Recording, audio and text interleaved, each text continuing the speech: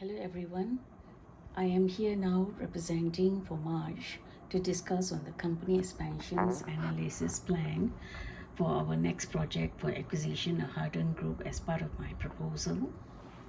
So here is the highlights of the financial for March, that we have a strong profitability, stable cash flows, and substantial debt capacity to finance the takeover for a new project. We have done our previous takeover of JLT in 2019.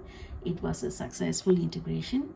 We are now looking into our next prospect of Howden Group.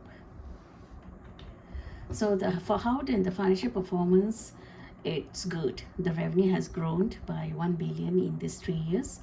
They have EBITDA margins of average 25%, strong cash flow generations, supporting the ongoing expansion. So they are specialized in insurance broker, special lines reinsurance, EB and corporate insurance, entrepreneur culture with rapid growth, and the market position, they have strong specialty growth in cybersecurity, ESG, and climate risk. I have done financing the takeover with assumption of Howden and Marsh doing the valuation for the net present value.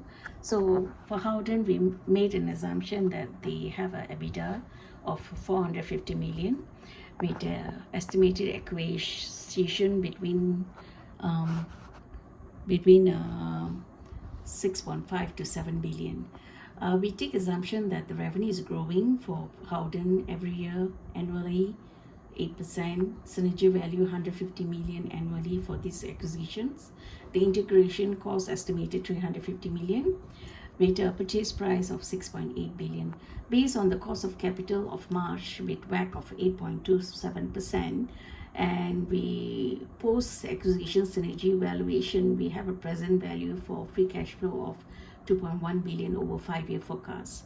And based on the both Howden's and Marsh cost of capital and assumptions, the Howden's post-acquisition synergy will have an enterprise value of 9.7 billion, and the purchase price we estimated at 6.8 billion with net present value with positive outcome of 3 billion expected for this acquisition of Howden.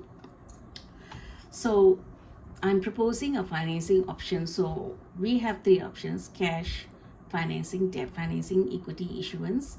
I am recommending an approach of hybrid, which combination of 50% debt financing and 50% cash financing. With this effort, we can support the March credit rating, maintain liquidity, and minimize the dilutions. Yes, we do have key risks to be considered for this acquisition project.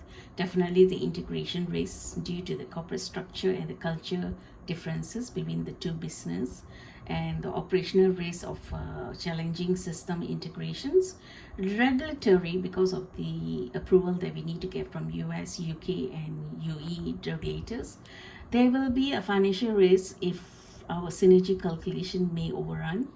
So, and of course the market risk of uncertainties.